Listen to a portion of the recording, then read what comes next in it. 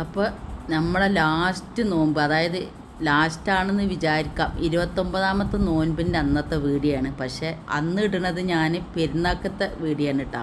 അപ്പോൾ നിങ്ങൾ വിചാരിക്കുന്നുണ്ടാവും ഇത് പെരുന്നാളിൻ്റെ അന്ന് എന്താ ഈ ഒരു വീഡിയോ ഇട്ടേക്കണമെന്ന്. അപ്പോൾ 29 നോൻപിൻ്റെ അന്ന് എടുത്ത വീഡിയോ ആണ്. അപ്പം ചേന കഷ്ണം മുറിച്ചുകൊണ്ട് നമ്മൾ കുഴിച്ചിടാൻ വേണ്ടിയിട്ട് വെക്കുമല്ലോ, അതായത് നടാൻ എന്നൊക്കെ പറയും. അതിന് വെച്ചിട്ട് അതിൻ്റെ സൈഡൊക്കെ നമ്മൾ ചെത്തിയെടുക്കും. അപ്പോൾ ആ ചെത്തിയെടുത്തതൊക്കെ ഇമ്മ കഷ്ണം മുറിച്ചുകാണ്ട് റെഡിയാക്കി എടുക്കുക കേട്ടോ, പൊരിച്ചെടുക്കാൻ വേണ്ടിയിട്ട്. അപ്പോൾ കുറച്ച് തോനുണ്ട്. പിന്നെ ഇത് നമ്മൾ എടുത്ത് വെച്ചാൽ പറ്റ കേടന്ന് പോകും. കാരണം വെച്ചാൽ ഉണങ്ങിക്കാണ്ടൊക്കെ കേടന്ന് പോകും. ഇനിയിപ്പോൾ പെരുന്നാളൊക്കെ കഴിഞ്ഞിട്ടുണ്ട് വെച്ചെങ്കിൽ പിന്നെ 6 നോൻപാണുള്ളത്, എന്നാലും പണിക്കാരും എല്ലാവരും ഉണ്ടാവുമ്പോൾ ഓൽക്കൊക്കെ കൂട്ടാനും കൊടുക്കാമെന്ന് പറഞ്ഞുകൊണ്ട് ഇമ്മ അത് അരിഞ്ഞ് റെഡിയാക്കി എടുക്കുകയാണ്. അപ്പോൾ പൊടിയായിട്ട് അരിയണം കേട്ടോ. അപ്പം അന്ന് ഉമ്മാക്ക് വയ്യാത്തതുകൊണ്ട് കുറച്ചൊക്കെ ഒരു കട്ടിക്കാണ് അരിഞ്ഞിട്ടുള്ളത്. നമ്മൾ സാധാരണ എങ്ങനെയല്ല അരിയൽ, കുറച്ചധികം പൊടിയാക്കി കണ്ട് തന്നെയാണ് അരിഞ്ഞെടുക്കൽ കേട്ടോ. അപ്പം ഉമ്മ അത് കംപ്ലീറ്റും അരിയാണ്. അരിഞ്ഞ് കഴിഞ്ഞിട്ട് ഒന്ന് ഞാൻ നല്ലവണ്ണം വെള്ളത്തിൽ കഴുകിയിട്ട് നമ്മൾ ഈ ഒരു ചട്ടിക്ക് ഇട്ട് കൊടുക്കുകയാണ്. അതിൽ നമ്മൾ ഉപ്പ് ഇട്ട് കൊടുത്താണ് മൂടി വെച്ച് കൊടുത്താൽ മതി. പിന്നെ പ്രത്യേകിച്ചായിട്ട് ഒന്നും ഇട്ട് കൊടുക്കണ്ട. അപ്പോൾ ആ ഒരു ആവിക്ക് വെന്ത് കഴിഞ്ഞാൽ തന്നെ നമുക്ക് പൊരിച്ചെടുക്കാൻ വളരെ ഉഷാറായിട്ട് കിട്ടും. അപ്പോൾ എണ്ണ ഒന്ന് കുറയും ചെയ്യും. അപ്പോൾ അങ്ങനെയാണ് ഞാനിത് ചെയ്തെടുക്കൽ. കൂടുതലുണ്ടാകുമ്പോൾ അങ്ങനെ ചെയ്യും, ഇല്ലയെന്നുണ്ടെങ്കിൽ ഇങ്ങനെ തന്നെ ഇട്ട് വെളിച്ചെണ്ണ ഒഴിച്ചുകൊണ്ട് പൊരിച്ചെടുക്കുകയും ചെയ്യും. അപ്പോൾ അതാ നല്ലോണം ആവിയൊക്കെ വന്നിട്ടുണ്ട്. ഉപ്പൊക്കെ ഇതിലേക്ക് പിടിച്ചിട്ടുണ്ടാവും കേട്ടോ, നല്ലോണം ഉപ്പ് പിടിച്ചിട്ടുണ്ടാവും. ഇതിലേക്ക് ഈ സമയത്ത് ഞാൻ മഞ്ഞൾപ്പൊടിയും ചേർത്ത് കൊടുക്കൂല, മുളകും പൊടിയും ചേർത്ത് കൊടുക്കൂല. അപ്പോൾ അത് അടി പിടിക്കാൻ കുറച്ചും കൂടി ഇത് കൂടുതലാണ്. അങ്ങനെ പൊരിക്കലും ഇതൊക്കെ കഴിഞ്ഞപ്പോൾ നമ്മൾ എത്ര എണ്ണ ഒഴിച്ചിട്ടും അതിലെ ഒരു കാണാൻ ഒരു ഇതില്ലാത്ത പോലെ. കാരണം വെച്ചാൽ അപ്പോൾ ഉരുളിയൊക്കെ ഞാൻ നല്ലോണം കേകി എടുത്തുകാണ്ട് പൊരിച്ചാൻ വേണ്ടി വെച്ചതാണ്. അപ്പോൾ ഉരുളിയിലാകുമ്പോൾ നമുക്ക് എണ്ണ അധികം വേണ്ടല്ലോ. അപ്പം ഇങ്ങനെ ഇളക്കി വറുത്തെടുത്ത് കൊടുത്താൽ മതി. അങ്ങനെ ചെയ്തെടുത്തേക്കാണ്. പക്ഷേ എൻ്റെ ഉരുളിക്കൊരു ഓട്ടമുള്ളത് ലാസ്റ്റിക്ക് വെച്ചാൽ ഞാൻ കണ്ടത്. അപ്പോൾ ആ ഉരുളി താഴത്തേക്ക് വെച്ച സമയത്താണ് വെച്ചെങ്കിൽ അയിമലൊക്കെ എണ്ണമേക്ക് മേടമലൊക്കെ വന്നു. അപ്പോൾ ഞാൻ വെറുതെ ഒന്ന് സൈഡിൽ കൂടെ നോക്കിയതാണ്. അപ്പോൾ ആ ഉരുളിക്ക് ചെറിയൊരു ഓട്ടമുണ്ട്. ഇനിയിപ്പോൾ ഏതായാലും ആ ഉരുളി നമുക്ക് മാറ്റി കൊടുക്കണം. ഇത് പിന്നെ നിങ്ങൾ എന്താണെന്ന് വിചാരിക്കണ്ട. ഇപ്പോൾ കൊയ്ത്തൊക്കെ കഴിഞ്ഞ് അപ്പോൾ നമ്മൾ ആ മെഷീനിൽ കുറച്ച് ദിവസം വെള്ളം ആയി നിന്നല്ല. അപ്പോൾ അതിലുണ്ടായിരുന്ന നെല്ലിൻ്റെ പതിരും അത് കാര്യങ്ങളൊക്കെ ആയിക്കാണ്ട് നമ്മൾ നാറ് നട്ട മാതിരി മുളച്ച് വന്നിക്കുകയാണ്. അപ്പോൾ അതൊക്കെ കുത്തി ഇതാക്കി റെഡിയാക്കിയിട്ട് നമുക്കിഞ്ഞത് നല്ലവണ്ണം പിന്നെ ദാർപ്പായൊക്കെ ഇട്ടുകാണ്ട് കെട്ടി വെക്കണം. ഞാൻ അടുത്ത വർഷം വരേക്കും അതങ്ങനെ റെസ്റ്റ് എടുക്കാനുള്ളതാണല്ലോ. അപ്പോൾ അത് കൊണ്ടാക്കാൻ വേണ്ടിയിട്ട് ക്ലീൻ ചെയ്യാം കേട്ടോ. ഉള്ളു കംപ്ലീറ്റും ക്ലീൻ ചെയ്തെടുത്തതാണ്. അപ്പോൾ കൊയ്ത്ത് വണ്ടിക്ക് അങ്ങനെയാണ്. ഇനി എടുക്കുന്ന സമയത്തുമാണ് ഇതേപോലെ തന്നെ ക്ലീൻ ചെയ്യുക. അപ്പോൾ ഇന്നൊക്കെയുള്ള ഭക്ഷണങ്ങളൊക്കെ റെഡിയാക്കി ഇതാണ്. ഫ്രൂട്ട്സും കാര്യങ്ങളൊക്കെ ഉണ്ട്. അപ്പോൾ ഇതെല്ലാം റെഡിയാക്കി ഇപ്പോൾ തന്നെ മീൻ പൊരിച്ചത് എന്താ വെച്ചാൽ പണിക്കാർക്കൊക്കെ കൊടുക്കാനും ഇതിനെല്ലാം വേണ്ടിയിട്ടാണ് മീനും കാര്യങ്ങളൊക്കെ പൊരിച്ച് കഞ്ഞിക്കുള്ള സമ്മന്തികളൊക്കെ റെഡിയാക്കിയിട്ടുണ്ട്. അപ്പോൾ ഇതൊക്കെ കഴിഞ്ഞതിൻ്റെ ശേഷം നമുക്ക് പിന്നെ ഇതൊക്കെ അടിച്ചുകൂട്ടി പോകണം. വെച്ചാൽ അടുക്കളയൊക്കെ തുടച്ച് വൃത്തിയാക്കിക്കാണ്ട് ഞാൻ പോകട്ടോ. അപ്പോൾ ഇതിന് ബാങ്ക് കൊടുക്കുന്നതിന് മുമ്പായിട്ട് ഇതൊക്കെ ഞാൻ സെറ്റാക്കിയിട്ടുണ്ടാകും. ഇത് ഞാൻ നല്ലോണം ചൂടാറിൻ്റെ ശേഷം ആ പൊരിച്ച ചേന ബാക്കിയുള്ളത് ഇതിലേക്ക് എടുത്ത് വെച്ചതാണ്. ചൂടാറിൻ്റെ ശേഷം അത് നല്ലോണം അടച്ച് വെക്കാം.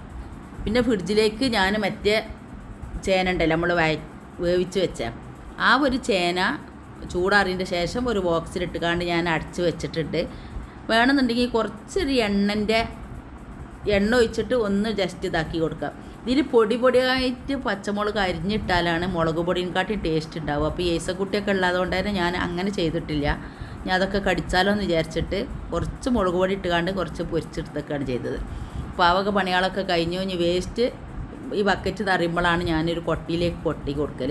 അപ്പോൾ അതൊക്കെ കൊട്ടി കൊടുത്ത് വന്നതിൻ്റെ ശേഷം ഇവിടെ നന്നായിട്ട് ക്ലീൻ ചെയ്തിട്ട് ഒക്കെ വൃത്തിയാക്കി.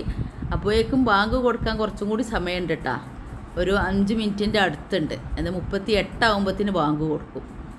അതഞ്ഞ് ലൈറ്റൊക്കെ ഇട്ട് വെച്ചിട്ടുണ്ട് വീഡിയോ എടുക്കാൻ വേണ്ടിയിട്ടാട്ടോ. ഈ കണ്ട ലൈറ്റെല്ലാം കൂടി ഇട്ടിട്ടുണ്ട്. അങ്ങനെ ഇത്രയും ലൈറ്റ് ഇട്ടാലാണ് എനിക്ക് വീഡിയോയിലേക്ക് കുറച്ചൊരു വെളിച്ചം കിട്ടുക. ഇല്ലയെന്നുണ്ടെങ്കിലും ക്യാമറൻ്റെ ഇത് അധികം ഓണാക്കേണ്ടി വരും.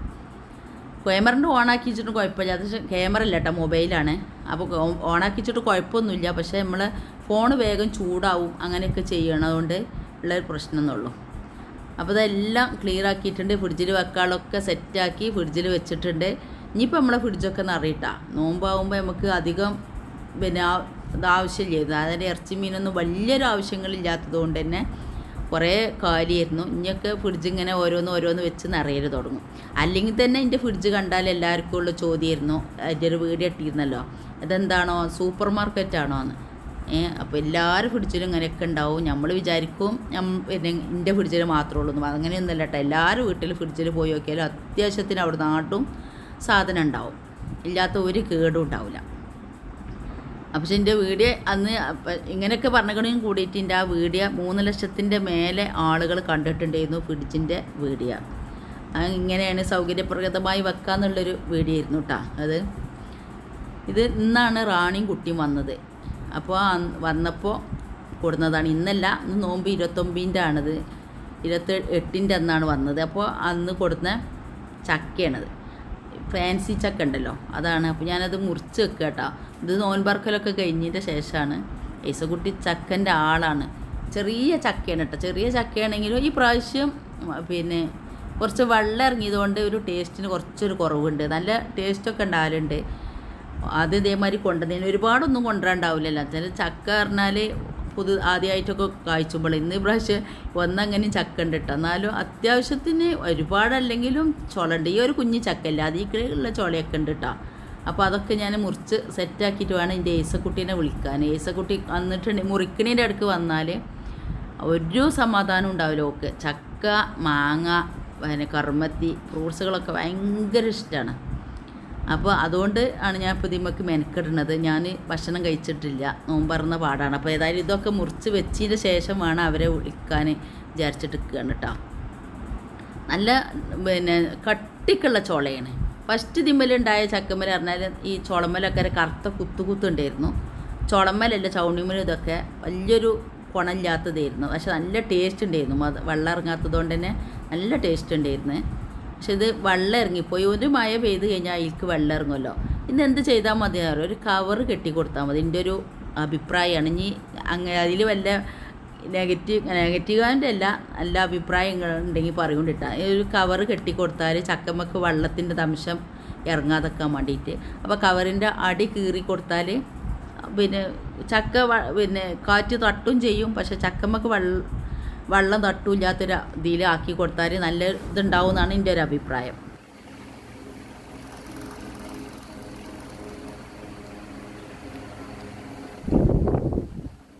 ടേസ്റ്റ് ഉണ്ടാ? ഇല്ല, ടേസ്റ്റ് തന്നെ ഇല്ല. നോക്കട്ടെ എന്നാ ടേസ്റ്റ് ഉണ്ടാന്നേ. എനിക്കിഷ്ടമായി. അപ്പോൾ റിനു ഹോസ്റ്റൽ ബന്ധമായ അതായത് പഠിപ്പ് സംബന്ധമായിട്ടുള്ള ടൂറൊക്കെ കഴിഞ്ഞ് വന്നപ്പോൾ ഡൽഹിയിൽ നിന്ന് വാങ്ങിക്കൊണ്ടുവന്നതാണ് കേട്ടത്. ഇതിൻ്റെ മുന്നേ ചെറിയ മകന് കൊണ്ടുവന്നിട്ടുണ്ടായിരുന്നു. അപ്പോൾ അവനെ കൊണ്ട് തന്നെ വാങ്ങിച്ചതാണ്. റെയിൽവേ സ്റ്റേഷനിൽ കൊടുത്തേക്കാണ്. നല്ല ടേസ്റ്റ് വെച്ചാൽ ഷുഗറുള്ളവർക്കൊന്നും പറ്റില്ല. അപ്പോൾ ഞാൻ ഈ തിന്നുന്ന സാധനം ആണ് ഇതിൽ ഏറ്റവും മധുരം കുറവുള്ളത്.